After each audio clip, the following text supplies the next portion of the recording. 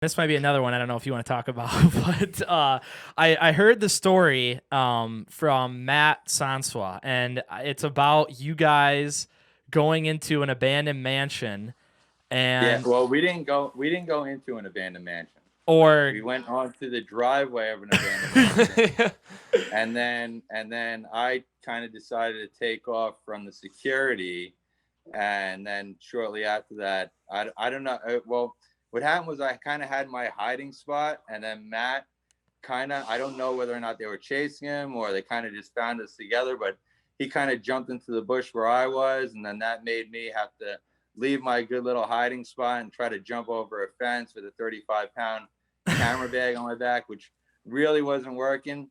He got over. I got nabbed as I was getting over the gate, and got to meet up with a cool sergeant at that point, which was another $500 day right there. So I I didn't even get a video out of it. I know I saw his video from that, and it is the story he tells or whatever is just one of the craziest urbex stories I think I've ever heard, and he's got such a good way of telling stories. Was it a it was a video on his channel. It Yeah. wasn't like of the Explorer, right? It was just him storytelling. He did have video from the inside. He was doing like a story time thing. It was a story time, but in that story time, he was showing video that he had got, and I think it was before you had got there, and he had got actually, and maybe it was the day before. They were there the day before that, and then they flashed me some pictures, and I was about an hour and a half away from where they were at that point in time. Yep. So I went up and met them, and then the day went to shit.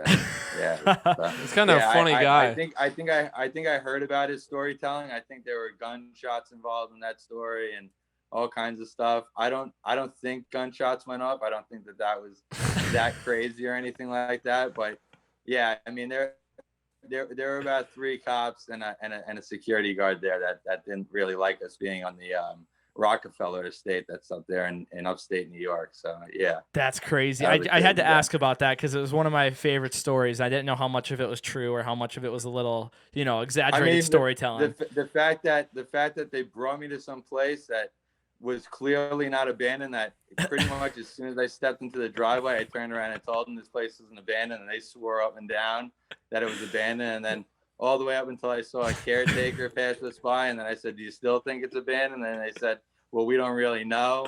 And then once the security guard approached us and said, "What are you doing here?" I said, "It's definitely not abandoned." And they said, "You're probably right." And I said, "Well, forget about it. I'm taking off, and I'll see you guys later." And yeah, then it was only a 3-hour. I didn't even go to a cell that time. I was just locked up to a desk for like 3 hours. So Really? Damn. it was all right. What's your favorite spot, Rob, that you've ever hit out of all the spots you've gone? And maybe you can't even mention where it is, but what was it? Like a water park or a museum or a mall? Probably